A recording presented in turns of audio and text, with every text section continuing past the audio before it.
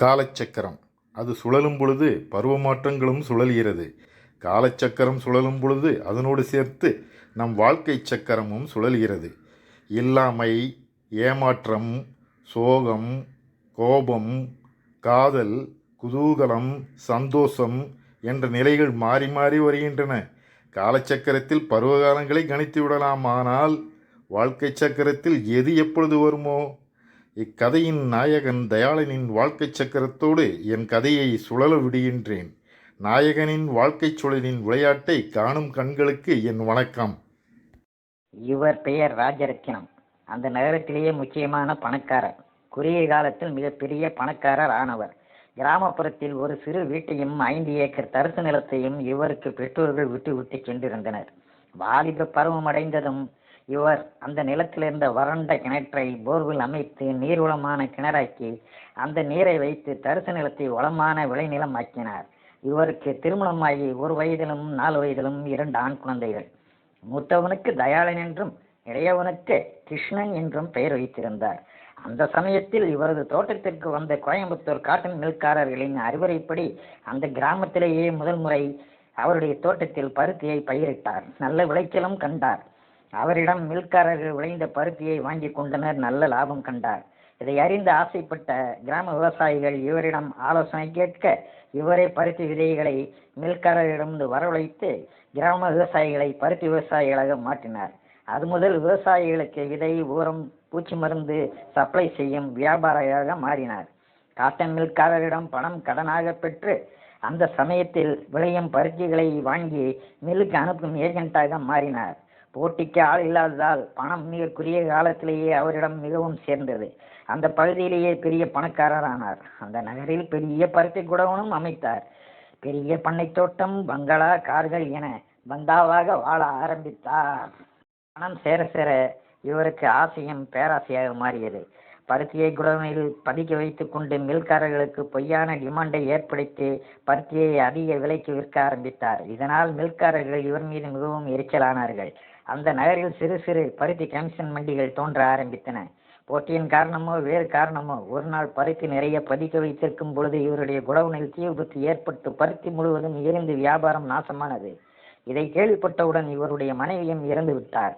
தொழில் நலிவடைந்ததால் இவருக்கு கடன் கொடுத்த மில்காரர்களும் பேங்க்காரர்களும் இவர் பெயர் சம்பாதித்த அனைத்து சொத்துக்களையும் ஜப்தி செய்து எடுத்துக்கொண்டனர். இவருக்கு மிஞ்சியது அந்த பூர்வீக கிராம வீடும் 5 ஏக்கர் நிலம் மட்டுமே. இந்த விபத்து குறித்து காவல் நிலையத்திற்கு இவர் அலைந்தும் இவருக்கு போலீஸில் சரியான சப்போர்ட் இல்லாததால் இவர் கவனக்குறைவே விபத்துக்கு காரணம் என்று இவர் மீது குற்றம் சாட்டப்பட்டது. முடிவில் நோய்வாய்ப்பட்டு தன் கிராம வீட்டில் படுக்கையானார். இவர் மரணமடையும் தருவாயில் தன் மகன்கள் தயாளனையும் கிருஷ்ணனையும் அழைத்து தயாளனிடம், தயாளா, நீ என் வியாபாரத்திற்கு உறுதுணையாய் இருப்பாய் என நினைத்து உன்னை சரியாக படிக்க வைக்கவில்லை. நமக்கு போலீஸில் ஆள் சப்போர்ட் இல்லாததான் நம்மால் தீ விபத்து கேஸில் ஜெயிக்க முடியவில்லை.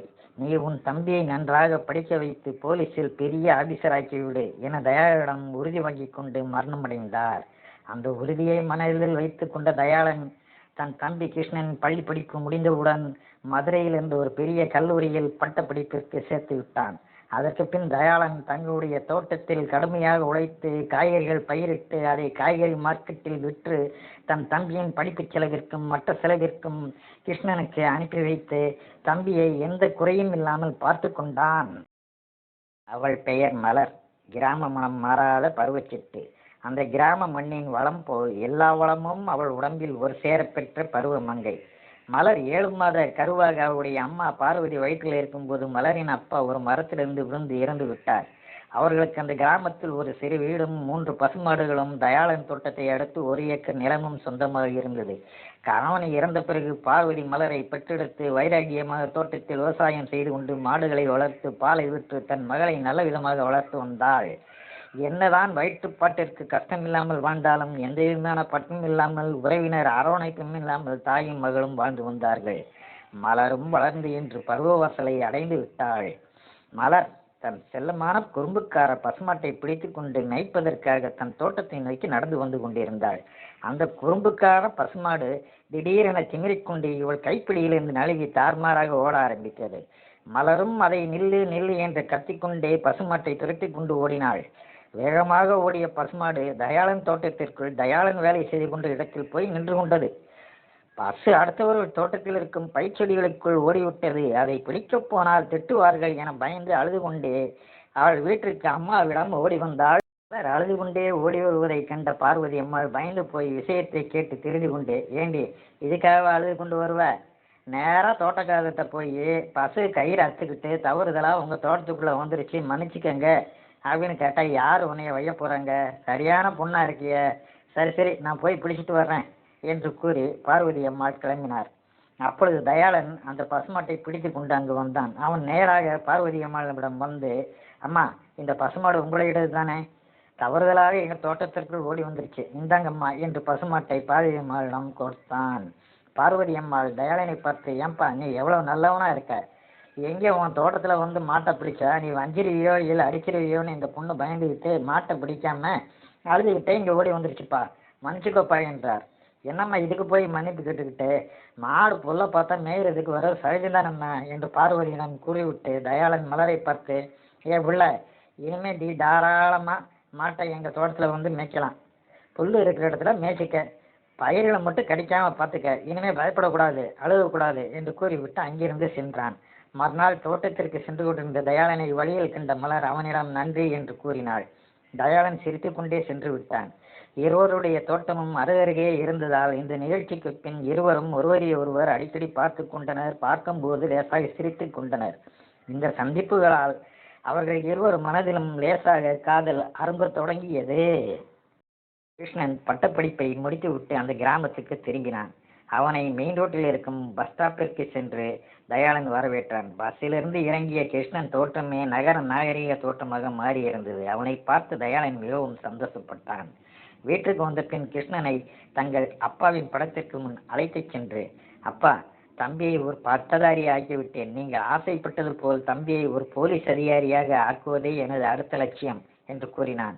கிருஷ்ணனை பார்த்து, தம்பி, நீ பெரிய போலீஸ் அதிகாரி ஆகணும்னா டெல்லிக்கு போய் படிக்கணுமாமே, நான் அதற்கு ஏற்பாடு செஞ்சிட்டேன், நீ அந்த முயற்சிக்கு உன்னைய தயார்படுத்திக்கோ என்று கூறினான். அதற்கு கிருஷ்ணன் மனதிற்குள், இந்த பட்டப்பிடிப்பை முடிக்கிறதுக்கே தட்டு தடுமாறி ஒரு வழியாக தேடி வந்திருக்கேன், இனிமே மேற்கொண்டு படிக்கிறதா, அதுவும் ஐபிஎஸ்க்கு என நினைத்து கொண்டு தயாளனை பார்த்து, அண்ணா, அதுக்கு நிறைய செலவாகுமே என்று கூறினான். அதை பற்றி நீ ஏன் கவலைப்படுற, நான் பண்ணையார்கிட்ட பணம் கேட்டிருக்கேன், தர்றேன்னு சொல்லியிருக்காரு என்று கூறினான் தயாளன். கடன் வாங்கி அந்த பட்ட படிப்பு படிக்க வேண்டுமா, அதுவும் மிகவும் கஷ்டமான படிப்புன்னு, தேரலைன்னா பணம் முழுசும் வீணாகிறேன் என்று கூறினான். தம்பி, அதனை பற்றி கவலைப்படாத, முயற்சி எடு, அப்பாவோட கனவு நிறைவேறணும் என்று கூறினான் தயாளன். கடன் வாங்கி படிக்க வேணாம்னு நினைக்கிறேன், நாளைக்கு அதை நிறைவேறலை என்றால் என்ன குறை சொல்லக்கூடாது, நீ தான் முழு பொறுப்பு, பார்த்துக்க என்று சொல்லிவிட்டு அதோடு நிறுத்தி கொண்டான் கிருஷ்ணன். தயாளன் பண்ணையாரை சந்தித்து தம்பியின் டெல்லி பயணத்தை பற்றி விஷயத்தை கூறினான். ஏற்கனவே பேசியிருந்தபடி பண்ணையார் பணம் 3 லட்சத்தை தயாளனிடம் கொடுத்தார். அதை தன் தம்பியிடம் கொடுத்து தம்பியின் டெல்லி பயணத்திற்கு ஏற்பாடு செய்தான் தயாளன். கிருஷ்ணன் கிளம்பும்போது அவனை வழியனுப்ப வந்த மலரையும் அவளது அம்மாவையும் பார்த்து, நீங்கள் தான் எங்களுக்கு மிகவும் பக்கத்தில் இருக்கீங்க, அண்ணனை பார்த்துக்காங்க என்று கூறினான். அவன் சொன்னதை கேட்டு மலர் மனதிற்குள் கோரஸ் பாடலில் மகிழ்ச்சி நடனமாடியது. பின் கிருஷ்ணன் அனைவரிடம் விடைபெற்று கொண்டு டெல்லி பயணம் கிளம்பினான். அனைவரும் அவனை வழியனுப்பி வைத்தார்கள். கிருஷ்ணன் டெல்லி சென்ற பின் தன் தம்பியின் படிப்புக்கு வாங்கிய கடனுக்கு வட்டி கட்ட வேண்டும் என்று தங்களுடைய நிலத்தில் மிகவும் கடுமையாக உழைக்க ஆரம்பித்தான் தயாளன். மலர் நிலமும் தயாளன் நிலமும் அடுத்தடுத்த நிலம் என்பதால் மலர் தன் தோட்டத்திற்கு சென்று வரும்பொழுதெல்லாம் தயாளனின் நிலை கண்டு கவலை கொண்டாள். ஒரு நாள் நல்ல வெயில் கடுமையாக இருந்தது. அந்த வெயிலிலும் தயாளன் வேலை செய்து கொண்டிருப்பதை கண்டு தன் வீட்டிலிருந்து மோர் எடுத்து கொண்டு வந்து தயாளனிடம் கொடுத்தாள் மலர். தயாளன், பரவாயில்லையே, நான் வெயிலில் இருப்பதை பார்த்து மோரெல்லாம் கொண்டாந்து கொடுக்குறிய, என்ன என் மேலே உள்ள பரிதாபமா என்று கேட்டான். அதற்கு மலர், பரிதாபமெல்லாம் ஒன்றும் இல்லையா, அம்மாவுக்கு மோர் கொண்டு வந்தேன், மிஞ்சி போச்சு, கீழே கூட்ட மனசில்லை, அதனால தான் உனக்கு கொடுத்தேன் என்று ஊடல் செய்தாள். அன்று அவள் அம்மா தோற்றத்திற்கு வரவில்லை என்பது தயாளனுக்கு தெரியும். மலரின் மனதை புரிந்து கொண்டு மோர் குடித்து கொண்டே தனக்குள் சிரித்து கொண்டான்.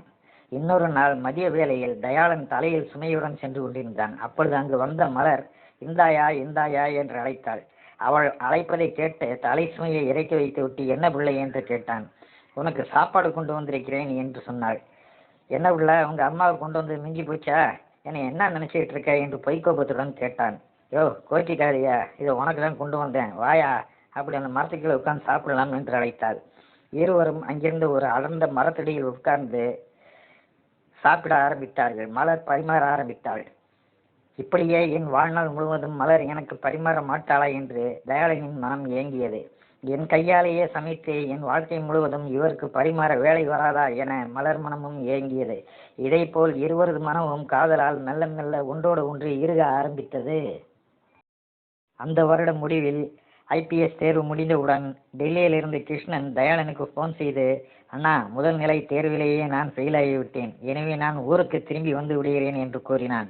அதற்கு தயாளன், தம்பி ஒன்றும் கவலைப்படாதே, இருமுறை தேர்வு எழுதலாம், முயற்சியை கைவிடாதே, தொடர்ந்து முயற்சி செய், மீண்டும் படித்து அடுத்த முறை தேர்வில் வெற்றியடையப்பார், நான் பணம் தயார் செய்து உனக்கு அனுப்பி வைக்கிறேன் என்று கூறி தம்பியை ஊக்கப்படுத்தினான்.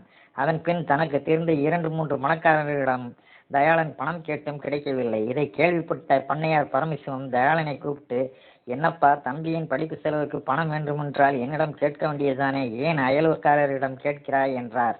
இல்லைங்கய்யா, உங்களுக்கு மீண்டும் மீண்டும் தொந்தரவு கொடுக்கக்கூடாது என்றுதானையா என்றான் தயாளன். என்னப்பா, படிப்பு செலவுக்கு இல்லாத பணம் இருந்தென்ன பண்ண என்று பணத்தை தயாளனிடம் கொடுத்தார். அவரிடம் வாங்கிய ரூபாய் 2 லட்சத்தை அப்படியே டெல்லிக்கு கிருஷ்ணனுக்கு அனுப்பி வைத்தான் தயாளன். பார்வதி அம்மாள் அவருடைய தோட்டத்தில் வேலை செய்து கொண்டிருந்தார்.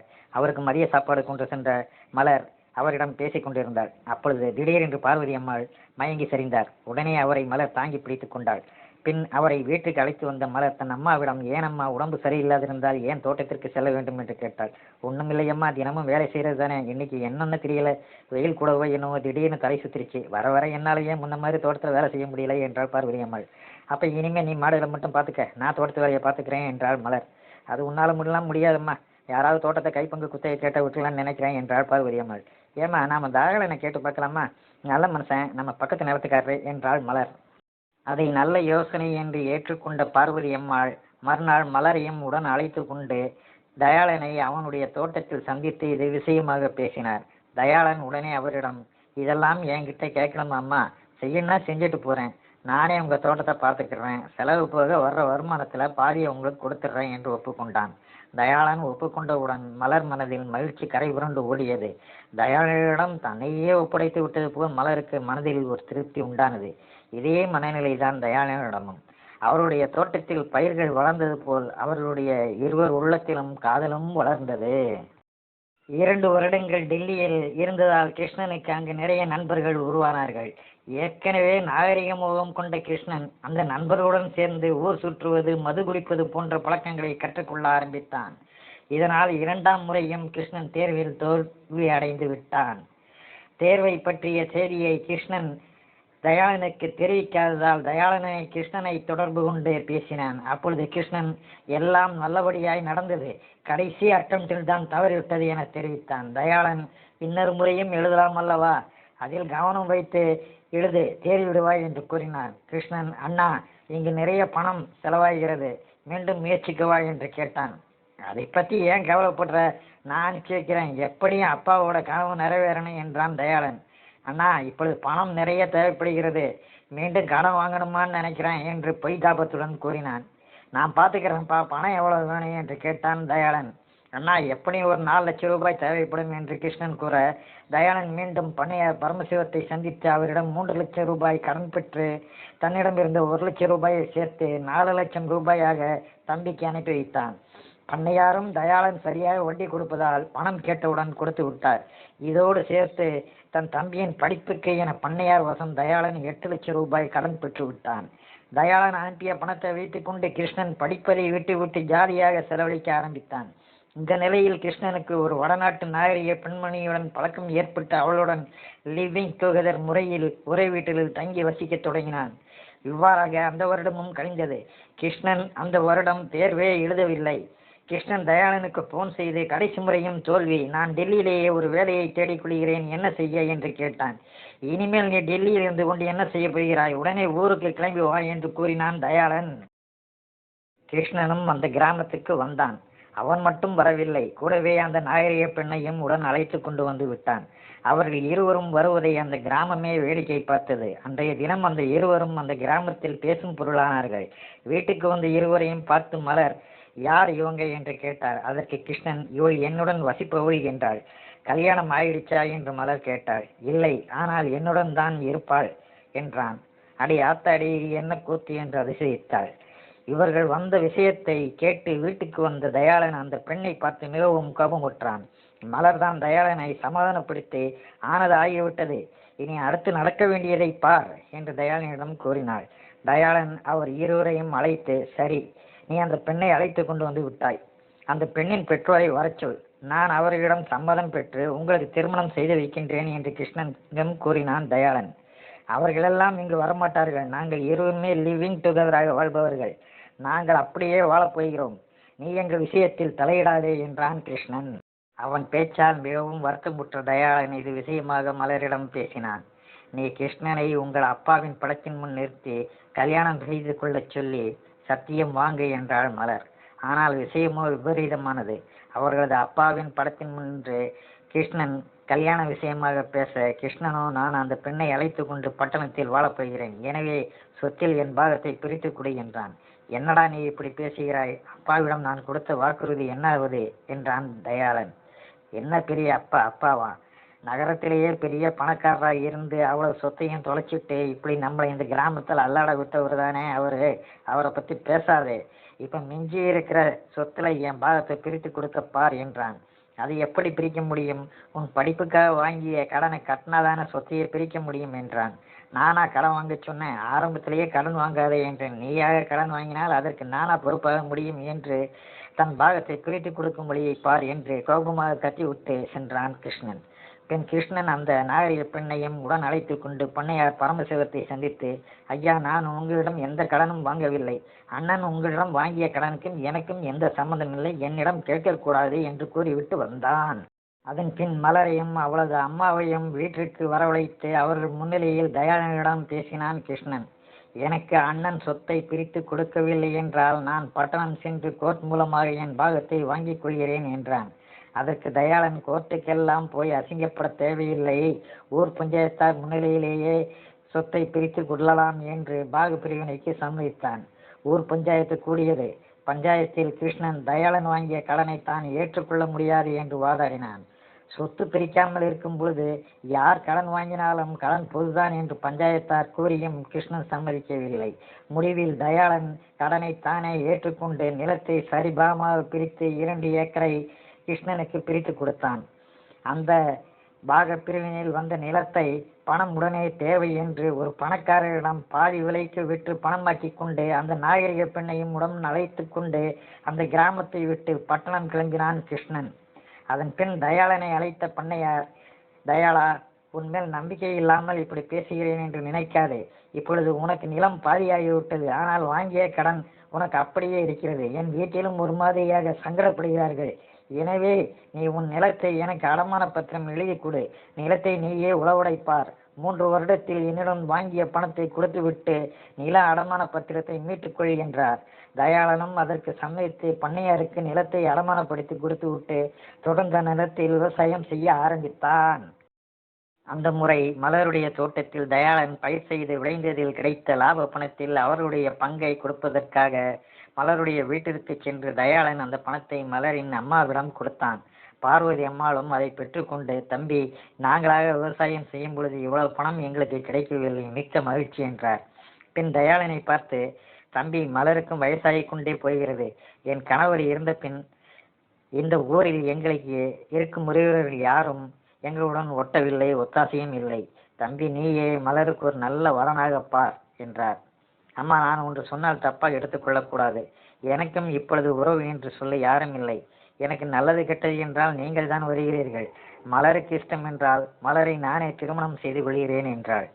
மிகுந்த மகிழ்ச்சி அடைந்த பார்வதி அம்மாள் மலரை பார்த்தார். அதை கேட்டு உள்ளம் சந்தோஷத்தில் பூரித்து போன மலர் தன் அம்மாவை பார்த்து, அம்மா, இவர் எனக்கு வாழ்க்கை துணையாக கிடைப்பது நான் செய்த பூர்வ புண்ணியம், எனக்கு இவரை திருமணம் செய்து கொள்ள பரிபூர்ண சம்மதம் என்று சம்மதம் தெரிவித்தார். மூவர் உள்ளத்திலும் ஒரு நிம்மதியான காற்று வீசியது. அதன் பின் தயாளனும் மலரும் வழக்கமாக சந்திக்கும் மரத்தடியில் அமர்ந்து தங்களது எதிர்கால வாழ்க்கையைப் பற்றி பேசலானார்கள். அப்பொழுது பண்ணையாரிடம் வாங்கிய கடனை அடைத்துவிட்டு நிம்மதியாக கல்யாணம் செய்து கொள்வது என்றும் அதுவரை கல்யாணத்தை தள்ளி போடுவது என்றும் முடிவெடுத்து கொண்டனர். தயாளன் தன்னுடைய தோட்டத்திலும் மலருடைய தோட்டத்திலும் கடின உழைப்பை முதலீடாக செலுத்தினான். அதற்கு மலரும் அவனுக்கு பக்க பலமாக இருந்தாள். அவர்கள் தோட்டத்தில் தோட்டப்பயிர்கள் மிக நன்றாக விளைச்சல் விளைந்தன. அதை தயாளன் சந்தையில் விற்று பணமாக்கி மலர் வசம் கொடுத்து வைத்தான். 3 வருட முடிவில் பணத்தை எண்ணி பார்த்தார்கள். 10 லட்சம் ரூபாய் சொச்சம் சேர்ந்திருந்தது. அதை எண்ணி பார்த்து இருவரும் சந்தோஷம். பண்ணையார் கடனை அடைத்துவிட்டு மீதியை கொண்டு தங்களது திருமணத்தையும் நடத்திவிடலாம், மீதி விவசாய செலவிற்கும் ஆகும் என சந்தோஷ கனவு கண்டனர். தயாளன் மறுநாள் பண்ணையாரிடம் பணத்தை கொடுத்து கடனை அடைத்து விடலாம் என்று பணத்தை தன் அப்பாவின் படத்தின் முன் வைத்து படத்தின் கீழே இருந்த பெட்டியில் வைத்து பூட்டிவிட்டு நிம்மதியாக படுக்கைக்கு படுக்கச் சென்றான். தயாளன் நிம்மதியாக தூங்கிக் கொண்டிருக்கும் பொழுது யாரோ கதவை தட்டும் சத்தம் கேட்டது. யார் என்று தயாளன் கதவை திறந்து வெளியே வந்து பார்க்கும்போது நிலா வெளிச்சத்தில் கசங்கிய போலீஸ் உடையில் பரிதாபமாக கிருஷ்ணன் நின்று கொண்டிருந்தான். யாரது? கிருஷ்ணனா? என்னப்பா இது என்று தயாளன் கேட்டான். அண்ணா, நீ விருப்பப்பட்டது போல் நான் ஒரு பெரிய போலீஸ் அதிகாரியாக ஆகவில்லை என்றாலும் ஒரு போலீஸ் இன்ஸ்பெக்டராக ஆகிவிட்டேன். அண்ணா, நான் ஒரு சிக்கலில் மாட்டிக்கொண்டேன், நீதான் என்னை காப்பாற்ற வேண்டும் என்று கிருஷ்ணன் தயாளன் காலில் விழுந்தான். அவனை எழுப்பி நிப்பாட்டிய தயாளன், நீயே இப்பொழுது ஒரு போலீஸ், நான் உன்னை எப்படி காப்பாற்ற முடியும் என்றான். நான் ஒருவரிடம் பேங்க் செக் கொடுத்து 10 லட்சம் ரூபாய் கடன் வாங்கியிருந்தேன். அதை என்னால் திரும்ப கொடுக்க முடியவில்லை. அவர் என் மீது கம்ப்ளைண்ட் கொடுக்க போகிறார். அப்படி அவர் கம்ப்ளைண்ட் கொடுத்து விட்டால் என் வேலை போய்விடும். நீதான் அண்ணா எனக்கு உதவ வேண்டும் என்றான் கிருஷ்ணன். உன்னிடம் தான் ஒரு பெரிய பணக்காரி இருந்தாலே, அவளிடம் கேட்க வேண்டியதுதானே என்றான் தயாளன். அண்ணா, அவளுக்காக வாங்கிய பணம்தான் இது. அதை எடுத்துக்கொண்டு அவள் ஓடி போய்விட்டாள். அதற்கு நான் என்னப்பா செய்ய முடியும்? இப்பொழுதுதான் என் வாழ்க்கையில் நிம்மதி ஏற்பட்டிருக்கிறது, அதையும் கெடுக்க பார்க்கிறாயா என்றான் தயாளன். அண்ணா, அந்த நாகரிக பேயால் என் வாழ்க்கையே போச்சு. இப்போ நான் இந்த பணத்தை திரும்ப கொடுக்கலைன்னா என் வேலையும் போயிடும். நீயே எனக்கு உதவலைன்னா எனக்கு வேற வழி தெரியல. இந்த துப்பாக்கியால் என்னை நானே சுட்டுக்கிட்டு சாக போகிறேன். நீயே என்னை அடக்கம் பண்ணிடு என்று தன்னிடமிருந்த துப்பாக்கியால் தனியே சுட்டுக்கொள்ள முயன்றான் கிருஷ்ணன். என்னப்பா அது? துப்பாக்கியெல்லாம் எடுத்துக்கிட்டு அந்த துப்பாக்கியை இப்படி குடி என்று கிருஷ்ணன் கையில் துப்பாக்கியை பிடுங்கினான் தயாளன். பின் பெட்டி சாவியை கிருஷ்ணன் கையில் கொடுத்த தயாளன், தம்பி, அப்பா படத்தை கீழே பெட்டியில பணம் இருக்கு, எடுத்துக்க என்றான். பெட்டியில் இருந்த பணத்தில் 10 லட்சத்தை எடுத்துக்கொண்டு வெளியே வந்த கிருஷ்ணன் தயாளனை பார்த்து, அண்ணா, இந்த உதவியை நான் என்றும் மறக்க மாட்டேன், நன்றி அண்ணா என்றான். நன்றியெல்லாம் இருக்கட்டும்பா, இனிமேலாவது பார்த்து விளைக்கும் வழியை பார் என்று கிருஷ்ணனை அனுப்பி வைத்தான். சரி, இனிமேல் நான் என்னதான் செய்ய போகிறேன் என்று கிருஷ்ணன் சென்று வழியே குழப்பத்துடன் பார்த்து கொண்டிருந்தான் தயாளன். மறுநாள் காலையில் பண்ணையாரை அவர் வீட்டில் சந்தித்த தயாளன் அவரிடம் அவருக்கு தர வைத்திருந்த பணத்தை அவன் தம்பி வாங்கி சென்ற விவரத்தை கூறி, உங்களுக்கு பணம் தர இன்னும் சிறிது காலம் அவகாசம் கொடுங்கள் என்று கேட்டான். அதை கேட்ட பண்ணையார், சரியான விவரம் இல்லாத ஆளாக இருக்கிறையே, ஒருமுறை பட்டது போதாதா? சரி வா, உன் தோட்டத்திற்கு போகலாம், அங்கு வைத்து பேசிக்கொள்ளலாம் என்று கோபமாக கூறி தயாளனை அவனது தோட்டத்திற்கு அழைத்து கொண்டு சென்றார். அங்கு, தம்பி, இங்கே பார்ப்பா, நீ நல்லவன், பணத்தை நல்லபடியாக திருப்பி கொடுத்துருவேன்னு தான்ப்பா இவ்வளோ நாள் சும்மா இருந்தேன். நீ மறுபடியும் ஏமாந்தேன்னா நான் என்னப்பா செய்ய முடியும்? எங்கள் வீட்டில் பதில் சொல்ல முடியாது. இன்னையிலேருந்து உன்னோட நில அனுபவத்தை நாங்கள் எடுத்துக்கிறோம், நாங்களே உங்கள் நிலத்தில் விவசாயம் பண்ணிக்கிறோம். இன்னும் கூட ஒரு 5 வருஷம் டைம் கொடுக்குறேன். அதுக்குள்ளே ஏதாவது பணம் வந்து நிலத்தை திரும்ப வாங்கிக்க. முடியலன்னா நிலத்தை எங்களுக்கு கிரயம் பண்ணி கொடுத்துடு. நிலத்தை நாங்கள் எடுத்துக்கிட்டேன்னு கவலைப்படாத. நீ வேற எங்கேயும் போக வேணாம், உன் நிலத்திலேயே வேலை செய்ய, அதுக்குண்டான சம்பளத்தை வாங்கிக்க. எனக்கு வேற வழி தெரியலப்பா, தப்பா எடுத்துக்காதே என்று கூறினார். யோசித்து பார்த்த தயாளன் வேறு வழி இல்லை என்பதை புரிந்து கொண்டு அதற்கு சரி என்று கூறிவிட்டு மலரின் வீட்டை நோக்கி நடந்தான். மலர் வீட்டுக்கு வந்த தயாளன் அவர்களிடம் முதல் நாள் தம்பி வந்து பணம் வாங்கி சென்ற விஷயத்தையும் பண்ணையார் கூறிய விஷயத்தையும் கூறினான். அதை கேட்டு மலர் அழுதாள். பின் அவள் தயாளனை பார்த்து, ஏன் நீங்கள் பண்ணையாரிடம் உங்கள் தோட்டத்திலேயே கூலி வேலை செய்ய வேண்டும்? எங்களிடம் நிலம் இருக்கிறது, மாடுகள் இருக்கிறது, அதை வைத்து பிழைத்துக் கொள்வோம் என்றாள். வேண்டாம் மலர், என்னோட துரதிர்ஷ்டம் உங்களுக்கும் வேண்டாம். நகரத்திலேயும் ஊர்லேயே எவ்வளவோ சொத்து இருந்து எல்லாம் போச்சு. இப்போ இருக்கிற நிலமும் போக போகுது. இனிமே என்னால் உங்கள் சொத்தும் பறி போகணுமா? ஊரில் இருக்கிறவங்க ஒரு மாதிரி பேசுவாங்க மலர். நான் உன்னைய கல்யாணம் பண்ணிட்டு உன்னைய கஷ்டப்படுத்தணுமா? நீ எங்கிருந்தால் நல்லா இருக்கணும் மலர். இனி விதிவட்ட வேலையை எப்படியோ அப்படியே போக வேண்டியதுதான் என்று விரக்தியாக கூறிவிட்டு அங்கிருந்து கிளம்பினான். அன்று முதல் அவன் தோட்டத்தில் அவனே ஒரு கூலி வேலையாளாக மாறி ஆட்களோட ஆட்களாக கூலி வேலை செய்ய ஆரம்பித்தான். அப்படி வேலை செய்து கொண்டிருக்கும் போது ஒரு நாள் பார்வதி அம்மாள் தயாளனை தேடி அவன் வேலை செய்து கொண்டிருக்கும் இடத்திற்கு வந்தார். அவனை தனியாக அழைத்து கொண்டு சென்று பேசினார். தம்பி, இந்த ஊர்ல எங்களுக்கு ஒத்தாசைக்கு யார் இல்லைன்னு உனக்கு தெரியும். உன் நிலைமையும் இப்படி ஆயிடுச்சு, மலரோட நிலைமையும் கேள்விக்குறி ஆயிடுச்சு. மலரோட அப்பா சாகும்போது மலர் என் கருவில் இருந்தாப்பா. அவளை பெற்று வளர்த்து நான் பட்ட கஷ்டம் அவள் பற்றக்கூடாதுன்னு தான்ப்பா இத்தனை வருஷம் அவளை பூ போல காப்பாற்றிட்டு வரேன். அவளை வாழ விட்டுறக்கூடாதுப்பா. இனி நாங்கள் இந்த ஊரில் இருந்தால் உங்கள் விஷயம் கேள்விப்பட்டவங்க எங்களை சும்மா விட மாட்டாங்க. மலருக்கும் வயசாகிக்கிட்டே போகுது. இனிமே மலர் உனக்காக காத்திருக்க முடியுமாப்பா? நீயே யோசிச்சு பாரு. அதனால் டவுனில் என்னோட ஒன்று விட்ட அண்ணன் இருக்கார். அவரோட மகன் ஒரு கம்பெனியில் வேலையில் இருக்கான். அவனுக்கு மலரை கல்யாணம் பண்ணி கொடுக்க சொல்லி கேட்குறாங்க. இங்கே இருக்கிற நில மாடுகளை விற்க ஏற்பாடு செஞ்சுட்டேன். டவுனுக்கு போயிடலான்னு நினைக்கிறேன். நான் பட்ட கஷ்டம் மலர் பற்றக்கூடாதுப்பா. நீ என்னப்பா சொல்கிற என்று கேட்டார். அம்மா, நீங்கள் எடுத்த இந்த முடிவுதாம்மா நல்ல முடிவு. மலர் என் கூட இருந்தால் தினமும் கஷ்டப்படணும். மலர் எங்கிருந்தாலும் நல்லபடியாக சந்தோஷமாக இருக்கணும். அதனால் நீங்கள் நினச்ச மாதிரியே செஞ்சிருங்கம்மா. எனக்கு எந்த வருத்தமும் இல்லை என்று துயரடைக்க கூறினான் தயாளன். ரொம்ப நன்றிப்பா. இந்த விஷயத்தை மலர்கிட்ட நீதான்ப்பா சொல்லி அவளை சம்மதிக்க வைக்கணும் என்று கேட்டுக்கொண்டார். அவள் சந்தோஷம்தான் ஏன் சந்தோஷம். அவளை எப்படியாவது சம்மதிக்க வைக்கிறேன், நீங்கள் கவலைப்படாமல் போங்கம்மா என்று பார்வதி அம்மாளை அனுப்பி வைத்தான். எப்பொழுதும் அவர்கள் சந்திக்கும் மரத்தடியில் மலரும் தயாளனும் சந்தித்தனர். தயாளன் மலரிடம் விஷயத்தை மெதுவாக கூற, என்ன அர்த்தத்தில் நீ இப்படி பேசுகிற? உன்னை மனசில் வச்சுக்கிட்டு இன்னொருத்தனோட வாழ்றதா? அதுக்கு என்னை சாக சொல்லு, நான் செத்து போகிறேன் என்றாள். மலர், ஒரு நிமிஷம்.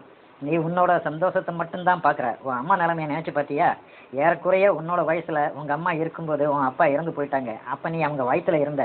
உங்கள் அம்மா அப்பா அவங்க சந்தோஷத்தை மட்டும் நினச்சிருந்தா உன்னை கருவிலேயே கழிச்சிட்டு அவங்க இன்னொரு வாழ்க்கையை ஏற்றுக்கிட்டு சந்தோஷமாக வாழ்ந்திருப்பாங்க. ஆனால் அவங்க அப்படி செய்யலை. உன்னை பெற்று எடுத்து இது நாள் வரைக்கும் கஷ்டப்பட்டு ஒரு சன்னியாசி போல உன்னைய காப்பாற்றிட்டு வர்றாங்க. அப்படிப்பட்ட தாயை நீ சந்தோஷமாக பார்த்துக்க வேண்டியது உன் கடமை இல்லையா? உன்னோட சுயநலத்தை நினைக்காம அவங்கள சந்தோஷமாக கவலைப்படவிடாமல் பார்த்துக்க. அப்படி நீ நடந்தாதான் நான் சந்தோஷப்படுவேன் என்று ஒரு வழியாக பேசி மலரை பட்டணம் செல்ல சம்மதிக்க வைத்தான். வீடு, நிலம், மாடு கன்றுகளை விட்டுவிட்டு அந்த கிராமத்தை விட்டு கிளம்பினார்கள் மலரும் பார்வதி அம்மாளும். அவர்கள் செல்வதை அவர்களது உறவினர்கள் ஏளனமாக பார்த்து கொண்டிருந்தார்கள். ஆனால் தயாளன் மட்டும் ஊசி குத்திய நெஞ்சாக மலர் செல்வதையே பார்த்து கொண்டிருந்தான் நடைபெணமாக. ஆம், அவனுடைய உயிர் அந்த வண்டியில் அல்லவா போய்கொண்டிருக்கிறது.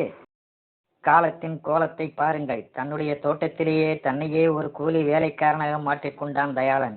வேற எந்த சிந்தனைக்கும் இடம் கொடுக்காமல் ஒரு துறவியைப் போல் தான் செய்யும் வேலையிலேயே மனதை செலுத்த ஆரம்பித்தான். பண்ணையார் இட்ட வேலைகளை தட்டாமல் தன் தலைமையில் ஏற்றுக்கொண்டு ஒரு விசுவாசமான வேலைக்காரனை விட வேலை ஒன்றே தன் வாழ்க்கை என்று வாழ்நாளை ஓட்டலானான்.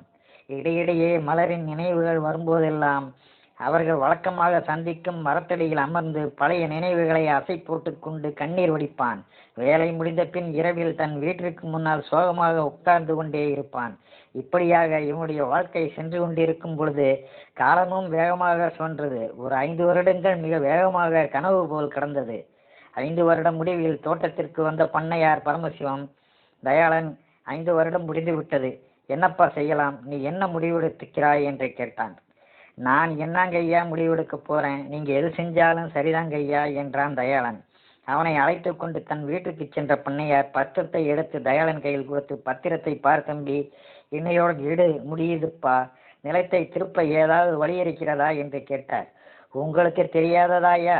இப்ப என்கிட்ட என்ன இருக்கு தம்பி, எனக்கும் வேற வழி தெரியல. நீயும் எத்தனை நாள் தான் இப்படியே கஷ்டப்பட்டுட்டு இருப்ப? நாளைக்கு உன் நிலத்தை எனக்கு கிரைய முடிச்சு கொடுத்துரு. அதில் நீ எனக்கு கொடுக்க வேண்டிய பணத்தை விட மீதம் நிறையவே இருக்கேன். நீ இத்தனை வருஷமா வேலை செஞ்ச சம்பள பணமே நிறையா இருக்கு. அந்த பணங்களை கொடுக்குறேன். அதை வச்சுக்கிட்டு பட்டணத்துக்கு போய் ஏதாவது தொழில் செஞ்சு நல்லபடியாக பழச்சிக்க என்றார். நான் என்னங்க ஐயா தொழில் செஞ்சு என்னத்தை பழைக்க போகிறேன்? உங்கள் கடன் போக மீதி பணத்தை வழியற்ற ஆதரவற்ற பெண்களுக்கு கொடுத்துடுங்க. நான் உழைச்ச கூலி பணத்தை மட்டும் என்கிட்ட கொடுங்க. நான் எங்கேயாவது மன நிம்மதியாக பரதேசம் சுற்றிட்டு வாரேன். நீங்கள் நாளைக்கு நிலத்தை உங்கள் பேருக்கு ரிஜிஸ்டர் பண்ணுறதுக்கு ஏற்பாடு செய்யுங்க என்று கூறிவிட்டு தன் வீட்டுக்கு வந்தான் தயாளன். வீட்டுக்கு வந்த தயாளன் வழக்கம் போல் வீட்டுக்கு முன் உட்கார்ந்து தன் வாழ்க்கையில் கடந்து போன சோகமான நிகழ்ச்சிகளை அசைபோட்டு கொண்டே தியானத்தில் ஆழ்ந்திருந்தான். அப்பொழுது ஒரு போலீஸ் ஜீப் அங்கு வந்து நின்றது. அதிலிருந்து இறங்கிய ஒரு போலீஸ் அதிகாரி அவனிடம் வந்து அண்ணா என்று அழைத்தார். தயாளன் கண்களை திறந்து அவரை பார்த்தான். அவன் கண்களை அவனாலேயே நம்ப முடியவில்லை. தயாளன் முன் கிருஷ்ணன் ஒரு பெரிய போலீஸ் அதிகாரியாக நின்று கொண்டிருந்தான். அண்ணா, என்னை மன்னிச்சுக்கங்க. நான் மீண்டும் விட்ட தேர்வை எழுதி நீங்களும் அப்பாவும் நினைச்ச மாதிரி இப்போ ஒரு பெரிய போலீஸ் அதிகாரி ஆகிட்டேன். இந்தாங்கண்ணா, நான் உங்ககிட்ட இருந்து எடுத்துகிட்டு போன பணம். இதை வச்சு நிலத்தை மீட்டுருங்க. நான் வித்த நிலத்தையும் திரும்ப வாங்க ஏற்பாடு செஞ்சுட்டேன். அதையும் நீங்களே வச்சுக்காங்கண்ணே என்றான். இனி நிலங்களை வச்சுக்கிட்டு நான் என்னப்பா பண்ண போகிறேன்? நான் இப்படியே பரதேசம் போகலான்னு இருக்கேன். எல்லாத்தையும் நீயே வச்சுக்கிட்டு நல்ல காரியத்துக்கு பயன்படுத்திக்கொள் என்று சொல்லி கொண்டிருக்கும் போதே ஒரு சிறுவன் ஓடி வந்து கிருஷ்ணனுடைய கையை பிடித்தான். அவனை பார்த்த தயாளன், யாரப்பா அது, உன் மகனா என்று கேட்டான். இல்லையண்ணா, இவன் அவருடைய மகன் என்று ஜீப்பை சுட்டி காட்டினான் கிருஷ்ணன். அங்கு வெள்ளையுடையில் ஒரு பெண் நின்று கொண்டிருந்தாள். அவளை பார்த்து அதிர்ந்து போன தயாளன், என்ன என்னப்பா அது மலராயுதே, இது என்ன கோலம் என்று அதிர்வுடன் கேட்டான். அண்ணா, மலருடைய கணவன் ஒரு விபத்துல இறந்துட்டான். அந்த கேஸ் என்கிட்ட தான் வந்துச்சு. அப்பதான் நான் மலரை சந்திச்சேன். அவங்க சொல்லிதான் என்னால் உங்க வாழ்க்கை இவ்வளவு நாசமாயிருச்சுன்ட்டு தெரிஞ்சுக்கிட்டேன். நான் செஞ்ச வேலைக்கு எந்த காலத்துலையும் எனக்கு மன்னிப்பே கிடைக்க போறதில்லை. மலரோட அம்மாவும் இப்போ இறந்து போயிட்டாங்க. இப்போ மலர் ஆதரவற்ற தனிமரமா நிற்கிறாங்க. அண்ணா, நீங்க இழந்த நிலத்தையும் மலரையும் உங்ககிட்ட ஒப்படைச்சிட்டேன். இனி அதை பார்த்துக்க வேண்டியது உங்களுடைய பொறுப்பு. என் கடமையை நான் முடிச்சிட்டேன் என்று திருப்தியோட நான் கிளம்புறேன்னே என்றான். மலரிடம் சென்று தயாளன் மலரை அணைத்து கொண்டு, தம்பி, என் மலரை இனி நான் வாடிப்போகவே விடமாட்டேன் என்று கூறிக்கொண்டே மலரின் முகத்தை பார்த்தான். பின் மலரையும் சிறுவனையும் அழைத்து கொண்டு தன் வீட்டை நோக்கி நடக்கலானான் தயாளன். மலர் இருவருடைய கரங்களும் ஒன்றோடொன்று இறுக பற்றி கொண்டன.